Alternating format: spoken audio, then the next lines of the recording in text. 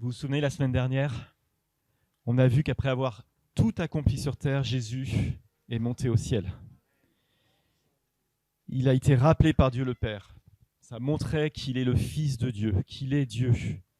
Et il s'est installé à la droite de Dieu, avec pleine autorité sur toutes choses. Et il intercède continuellement auprès du Père pour qu'on soit pardonné et secouru dans nos besoins. Jésus au ciel nous bénit en permanence. C'est des bénédictions, mais c'est aussi des promesses. La montée de Jésus au ciel, il nous a fait des promesses.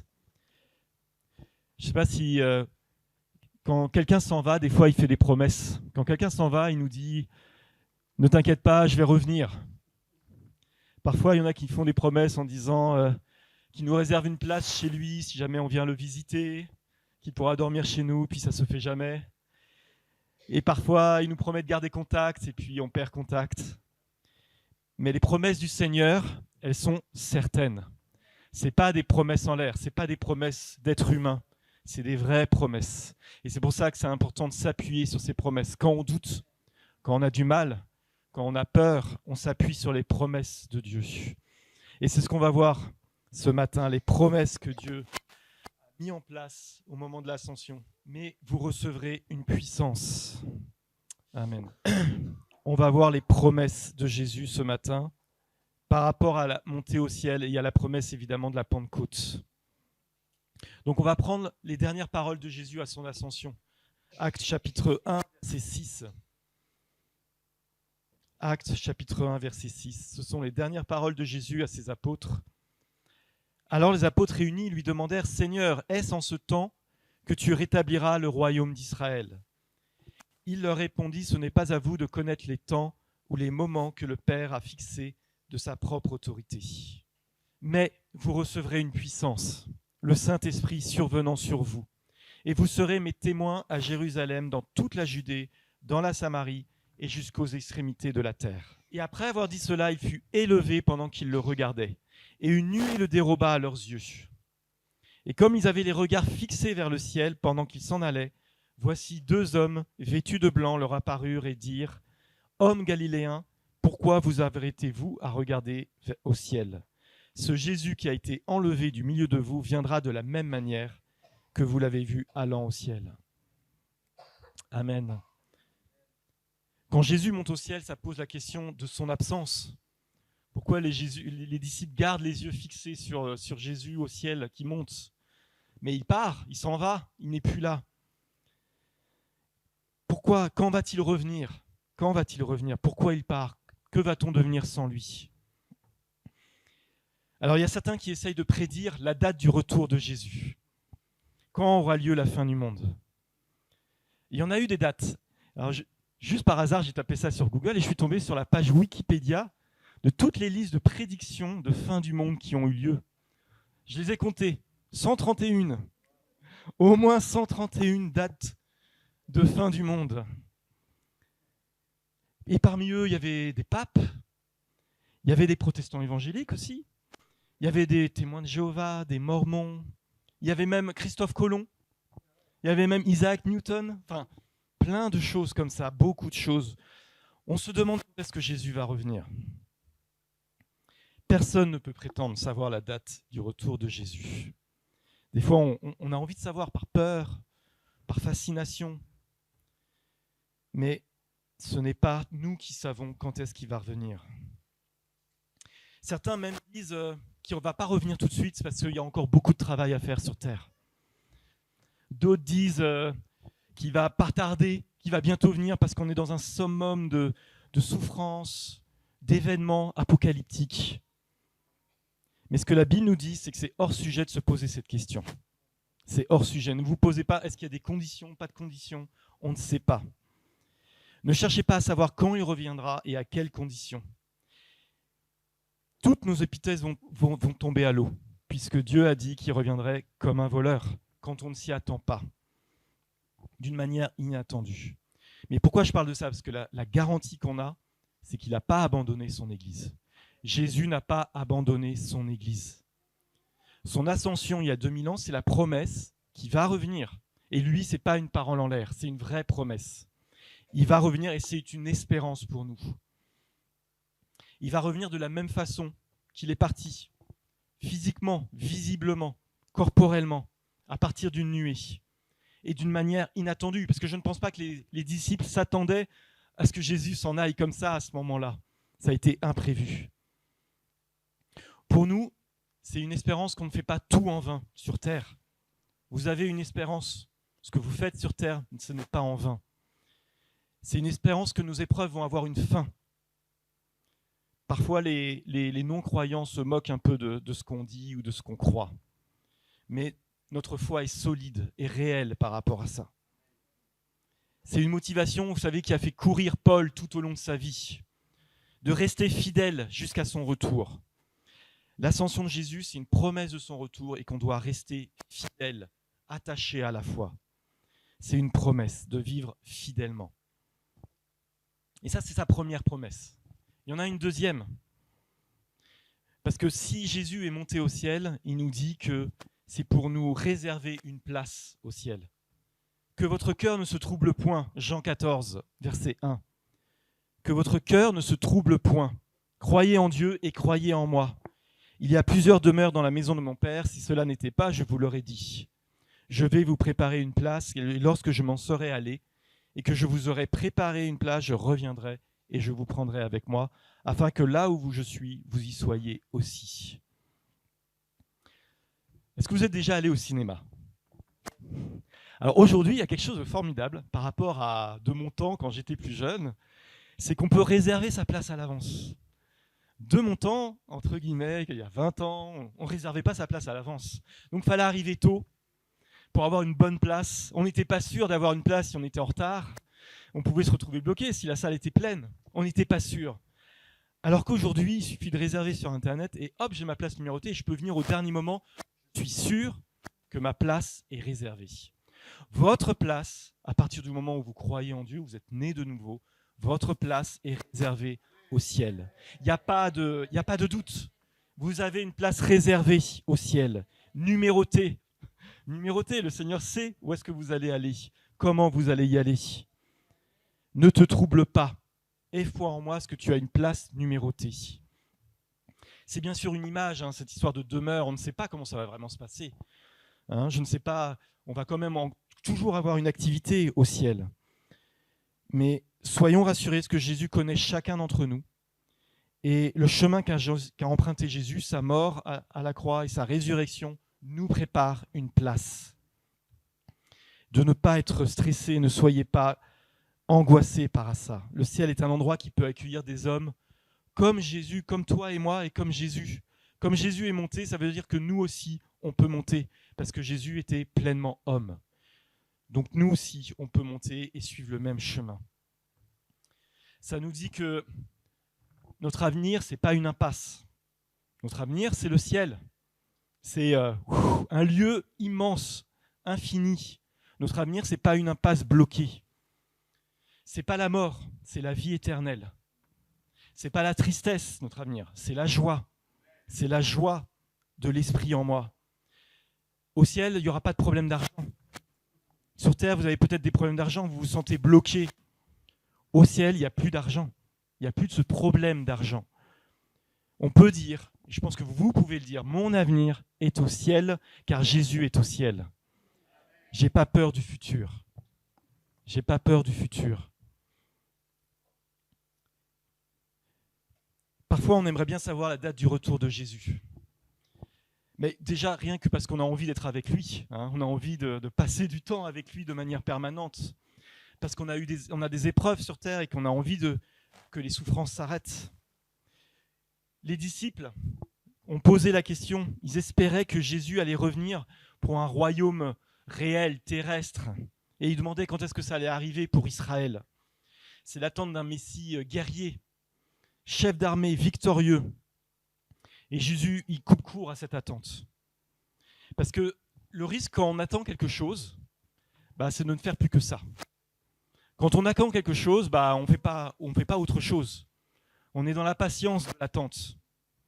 Par exemple, si je suis sur un quai de gare et que j'attends mon train, je sais que mon train va arriver, mais je ne fais pas grand-chose. Vous êtes d'accord? On est sur le quai de gare, on essaye de s'occuper, mais on ne fait pas grand-chose de productif. Mais ce que dit Jésus, c'est n'attends pas comme ça, n'attends pas. N'attends pas, ne patiente pas à ce niveau-là, parce qu'il ne va pas se passer grand-chose. Les disciples ne doivent pas faire ça, ils doivent agir. Ils sont envoyés par Jésus. Vous recevrez une puissance et vous serez mes témoins. Jésus ne leur dit pas d'attendre, il leur dit d'avancer. L'ascension de Jésus oblige les disciples à être autonomes, à témoigner, à être responsables. On a la capacité, la responsabilité d'être autonome et de témoigner. C'est deux anges qui avertissent les disciples. Et il y a un parallèle avec le moment de la résurrection. Au moment de la résurrection, dans Luc, vous savez, Luc, c'est le même auteur que l'Évangile et que les Actes. Et il y a les femmes qui vont au tombeau pour embaumer Jésus, et il y a deux anges qui apparaissent, parce que le tombeau est vide. Pourquoi cherchez-vous parmi les morts celui qui est vivant? Il n'est point ici, mais il est ressuscité. Et donc, Acte 1, c'est la même type de question, par deux anges à nouveau. Hommes galiléens, pourquoi vous arrêtez-vous à regarder au ciel? Ce Jésus qui a été enlevé au ciel au milieu de vous viendra de la même manière que vous l'avez vu allant au ciel, de manière inattendue, non prévue. Ne regarde pas au ciel en espérant son retour et en ne faisant rien sur terre. C'est ça le message que Jésus passe. La mission, c'est maintenant sur terre. Regarde d'où tu viens. Homme galiléen, il fait référence à la Galilée, d'où venaient les hommes. Homme galiléen, regarde d'où tu viens. Regarde là où tu vis et agis.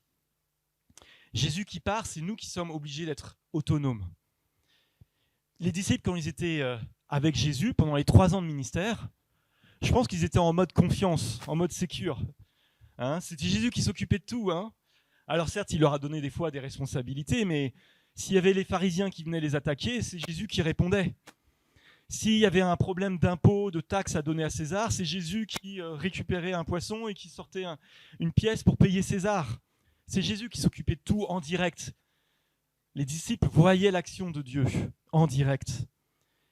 Mais c'était quand même rassurant, sécurisant pour eux. Mais là, il est parti. Et c'est le moment de la responsabilité. Et pour nous aussi, c'est le moment de la responsabilité de ce qu'on fait de nos vies. Tout n'est pas dans les mains de Jésus. Oui, il y a le salut.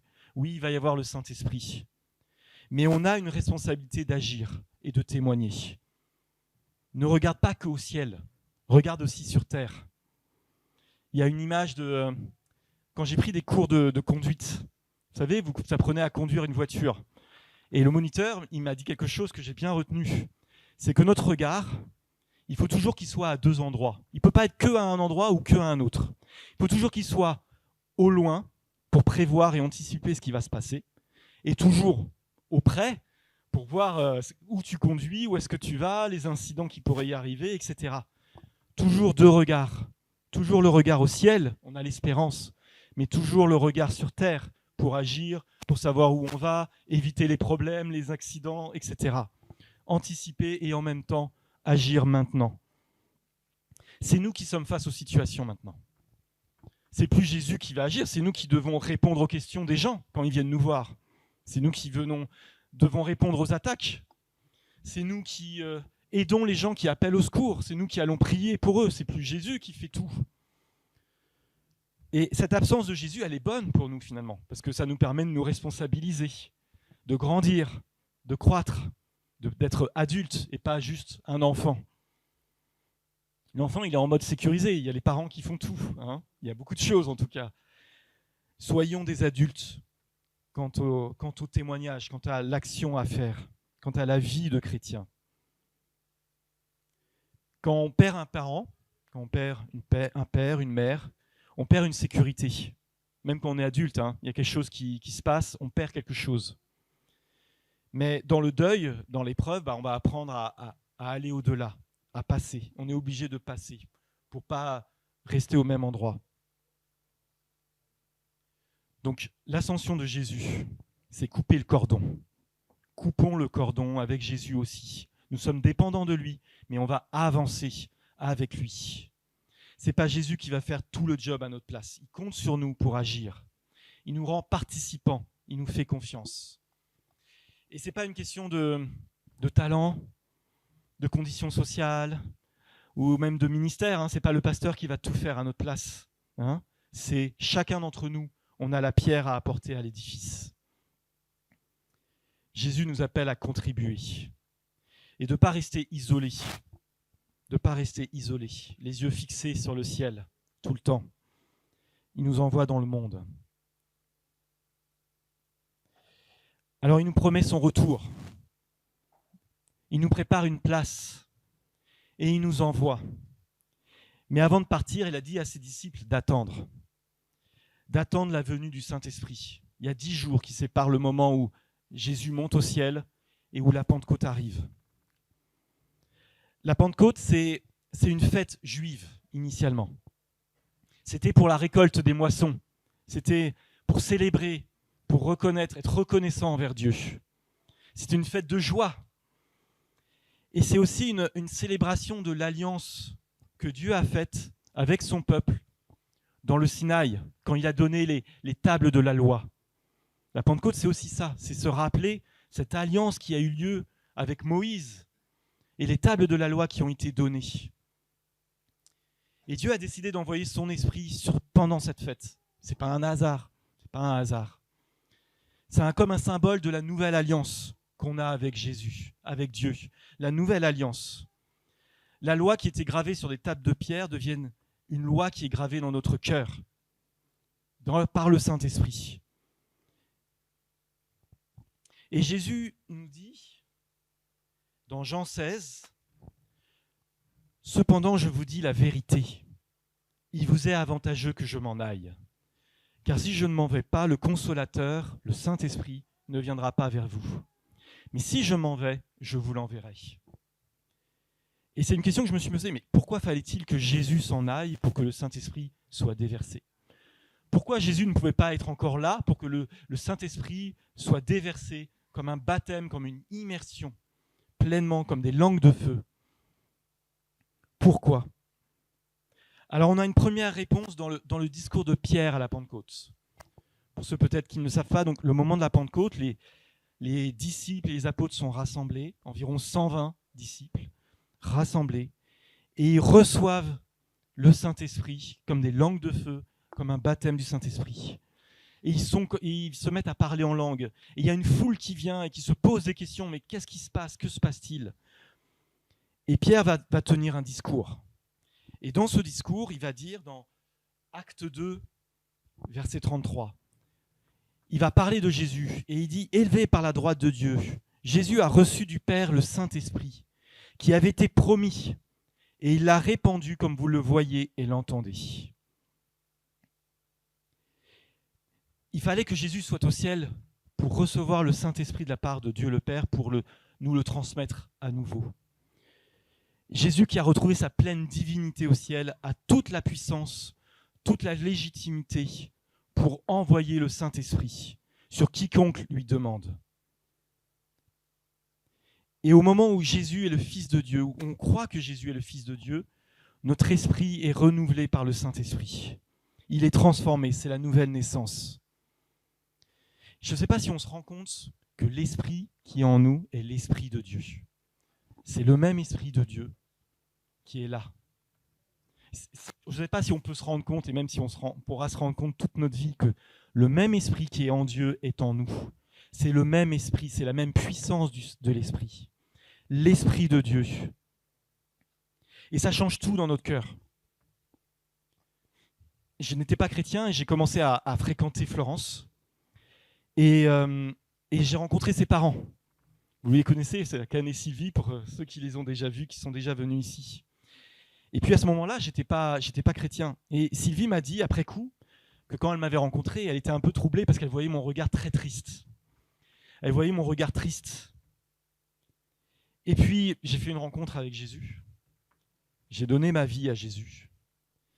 Et mon cœur a changé. Mon cœur a changé, ce n'était pas le même cœur. Et après, Sylvie m'a témoigné que mon regard avait changé. Ce qui change à l'intérieur de vous a un impact extérieur. Et le regard, il était heureux, il était plus triste. Et ça, c'est la puissance du Saint-Esprit en vous. C'est le changement qui s'opère en vous. C'est le changement qui s'opère en nous. La tristesse se transforme en joie. L'angoisse se transforme en paix. C'est la guérison du cœur. Et c'est la première chose qui doit arriver dans notre vie. On parle du baptême du Saint-Esprit, mais la première chose, c'est votre transformation intérieure du Saint-Esprit en vous. Et ça se voit à l'extérieur. Ça se voit à l'extérieur.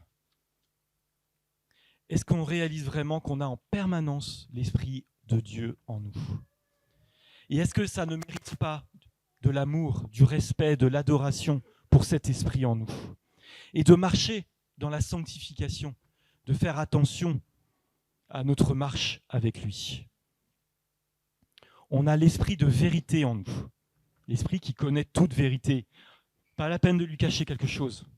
Mais des fois, on se ment à soi-même, mais pas la peine de lui cacher quelque chose, il connaît tout. Et cet Esprit connaît les profondeurs de Dieu. La Bible nous dit que c'est l'Esprit qui connaît les profondeurs de Dieu. Et on a le même Esprit en nous. Il connaît la parole de Dieu, il connaît ses plans, il connaît sa volonté. Et c'est le même Esprit qui était en Jésus quand il a fait son ministère sur terre. Vous savez, il a fait le baptême d'eau et ensuite il a fait le baptême du Saint-Esprit. Il a reçu le Saint-Esprit comme une colombe. C'est le même Esprit quand il délivrait les captifs, quand il proclamait la vérité, la parole, quand il guérissait les malades. C'est la même puissance et la même grâce qu'on a aujourd'hui. Donc, l'appel de l'Ascension, c'est de nous dire, mais vous avez reçu le Saint-Esprit à la Pentecôte. Ne le gâchez pas, ne le faites pas dormir. Vous avez l'Esprit de Dieu en vous. C'est mon consolateur, mon défenseur, mon guide.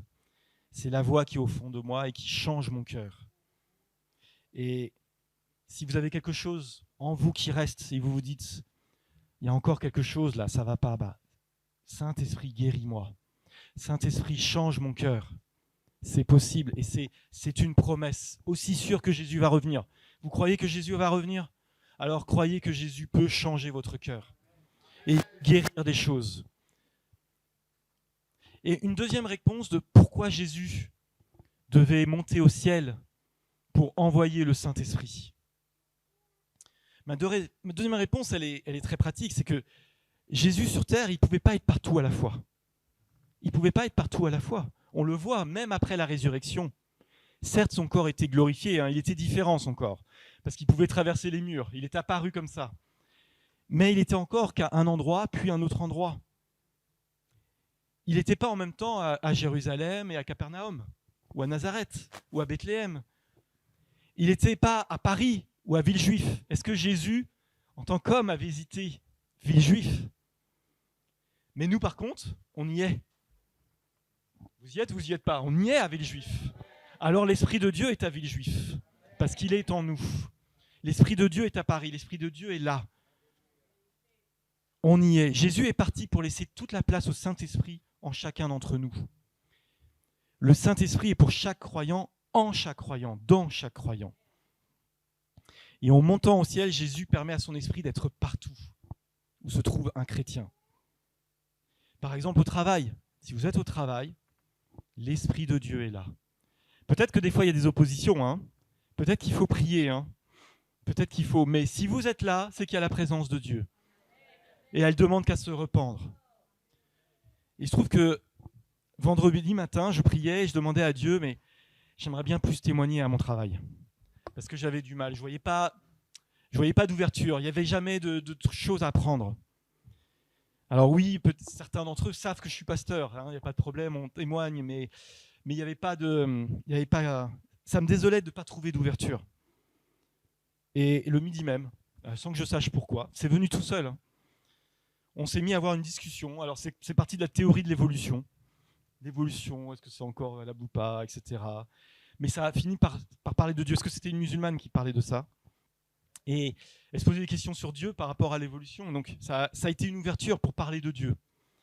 Sur les preuves de son existence, sur la foi, sur d'autres sujets. Et voilà, j'ai pu glisser quelques paroles à ma collègue, lui dire que, parle à Dieu, vas-y, parle-lui. Pose-lui tes questions, il va te répondre. Il n'y a pas de lieu dans lequel la parole de Dieu ne peut pas être apportée. Et si vous priez pour pouvoir témoigner, Dieu, à un moment donné, va ouvrir une porte pour témoigner. Ça, j'en suis persuadé. Parce que c'est pour ça qu'on est là. C'est pour ça que l'Esprit de Dieu est en vous. C'est pour témoigner aux autres. C'est pour apporter la bonne nouvelle. C'est ce qu'a fait Jésus. Il a apporté la bonne nouvelle de la délivrance. Et il nous demande de faire la même bonne nouvelle, de témoigner de la même façon. Et je vous dis, même si ce n'est pas possible d'ouvrir la bouche, cette présence de Dieu va se voir à travers vos fruits. Vous connaissez Galates chapitre 5, verset 22. Mais le fruit de l'esprit, c'est l'amour, la joie, la paix, la patience, la bonté, la bénignité, la fidélité, la douceur, la tempérance. Ça, c'est quand votre cœur est transformé. Naturellement, vous allez témoigner en fait.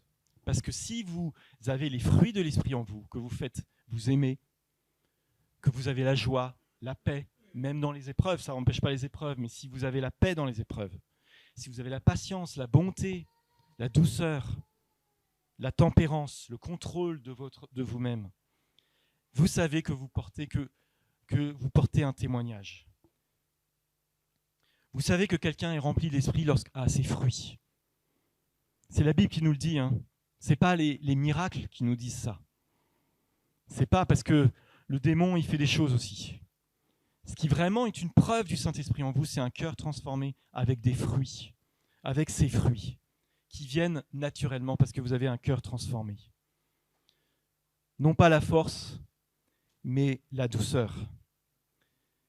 Et ce n'est pas ces fruits que notre témoignage sera crédible. Parce que si vous témoignez et que vous n'avez pas un témoignage crédible à côté dans votre comportement, parce que les gens voient ce que vous êtes, comment vous faites, alors ça ne va pas se passer. Hier, on a fait une réunion avec les jeunes. Si on se disait tout, vous savez peut-être, on se revoit régulièrement. Et on discute de tout. Et alors hier, c'était sur le... On commence quelque part une nouvelle série de témoignages. Comment témoigner ? Comment simplifier des concepts bibliques qui parfois sont un peu compliqués ? On a commencé par la Trinité, par exemple. Hier, on a commencé par la Trinité. Et certains disaient, des fois on est attaqué, mais il faut savoir répondre avec douceur. Il faut savoir, celui qui a dit ça se reconnaîtra, mais voilà, c'est ça. On est parfois attaqué, d'autres n'hésitent pas à attaquer notre foi. Mais si on répond avec douceur, on défend notre foi, mais on ne va pas se mettre sur le même niveau que l'autre, alors il y a un témoignage qui a lieu. Et ce témoignage-là, peut-être qu'il portera du fruit 20 ans après, mais il va rester. C'est important d'avoir ce témoignage. Donc on n'est pas sauvé sans avoir une mission à accomplir, sans le devoir de témoigner autour de nous et d'aider les autres. Et puis une troisième raison pour laquelle il fallait que Jésus monte au ciel. Éphésiens chapitre 4, versets 7 et 8. Éphésiens chapitre 4, verset 7. Mais à chacun de nous, la grâce a été donnée selon la mesure du don de Christ. C'est pourquoi il est dit, étant monté en haut, il a emmené des captifs et il a fait des dons aux hommes. Paul, dans sa lettre aux Éphésiens, relie le fait que Jésus soit monté au ciel à le fait qu'il donne des dons, qu'il fasse des dons. Le Saint-Esprit est une puissance, on l'a lu. Attendez qu'il y ait une puissance qui vienne sur vous. C'est une puissance pour bénir, pour guérir, pour délivrer, pour annoncer la bonne nouvelle, pour dire la vérité, pour se rappeler des paroles de Jésus, pour convaincre de péché. Le Saint-Esprit juge, il guide, il enseigne, il ouvre des portes. Et cette puissance n'aurait pas pu avoir lieu si Jésus n'était pas monté au ciel. Cette puissance, elle suscite tous les ministères dont l'Église a besoin pour être édifiée. Vous savez, les apôtres, les prophètes, les évangélistes, les pasteurs et les docteurs. Ce sont des ministères, des appels particuliers qui sont donnés au service du corps du Christ. Ces ministères, ils n'auraient pas eu besoin si Jésus était resté sur terre. Il y en a besoin parce que Jésus est au ciel, avec le Saint-Esprit. Et cette puissance, elle est faite aussi de dons spirituels. Les paroles de sagesse, les paroles de connaissance, les parler en langue, etc. La Bible nous dit qu'on a le droit de demander au Saint-Esprit d'avoir des dons, de demander des dons au Saint-Esprit. Pourquoi ? C'est pour être autonome dans nos vies. C'est pour pouvoir être libre et pouvoir être autonome et prier par nous-mêmes pour la guérison, par exemple. On en a besoin pour témoigner. On en a besoin pour témoigner, une parole de connaissance. Quand on reçoit quelque chose pour quelqu'un, on a besoin du don du Saint-Esprit. On a besoin d'être rempli par le Saint-Esprit, comme à la Pentecôte. On a besoin d'avoir ces dons spirituels. Dans Acte 1, après l'ascension de Jésus, les disciples sont retournés à Jérusalem. Et c'est le verset suivant. Acte 1, verset 14. Tous, d'un commun accord, persévéraient dans la prière, avec les femmes et Marie, mère de Jésus, et avec les frères de Jésus. Tous, d'un commun accord, persévéraient dans la prière. Quand Jésus a dit ça, quand Jésus est monté au ciel, qu'il leur a dit d'attendre, ils ont prié. Maintenant, je vous propose aussi de prier. Je vous propose aussi de prier, qui est le Saint-Esprit qui bouillonne en nous. Je vais proposer de prier pour ceux qui désirent le baptême du Saint-Esprit, pour ceux qui ont besoin du Saint-Esprit, pour ceux qui ne connaissent pas cette expérience d'être remplis du Saint-Esprit. Plusieurs fois dans les Actes, les disciples étaient remplis du Saint-Esprit. Pourquoi ? Pour témoigner, pas pour se faire plaisir à soi-même. Ce n'est pas un plaisir égoïste d'être rempli du Saint-Esprit. C'est dans le but de propager la parole, d'être témoin de Jésus, de le remplacer sur terre, de prendre le suivi de ce qu'il a déjà fait. Proposer pour ceux qui veulent être remplis du Saint-Esprit, de se lever et de venir devant, comme un engagement de venir. J'ai demandé en même temps au groupe de louanges s'ils veulent bien de venir faire une musique, un chant. Et je vais demander aussi à ceux qui désirent être remplis à nouveau du Saint-Esprit. Parce que parfois dans la vie, il y a des hauts et puis il y a des bas. Et c'est normal. Ceux qui désirent être remplis à nouveau du Saint-Esprit aussi. Et ceux qui désirent témoigner avec les dons spirituels du Saint-Esprit. Je vous propose de vous avancer devant et puis on va prier. On va prier pour être rempli du Saint-Esprit. Alors, ce n'est pas de la magie, c'est la foi. Le Saint-Esprit est là et c'est une puissance. Et il agit encore dans nos vies. Ceux qui désirent que le Saint-Esprit agisse dans leur vie, pleinement, d'être remplis du Saint-Esprit. Alors, on va prier maintenant et inviter ceux qui restent assis à ne pas rester assis. On va aussi se lever pour le chant.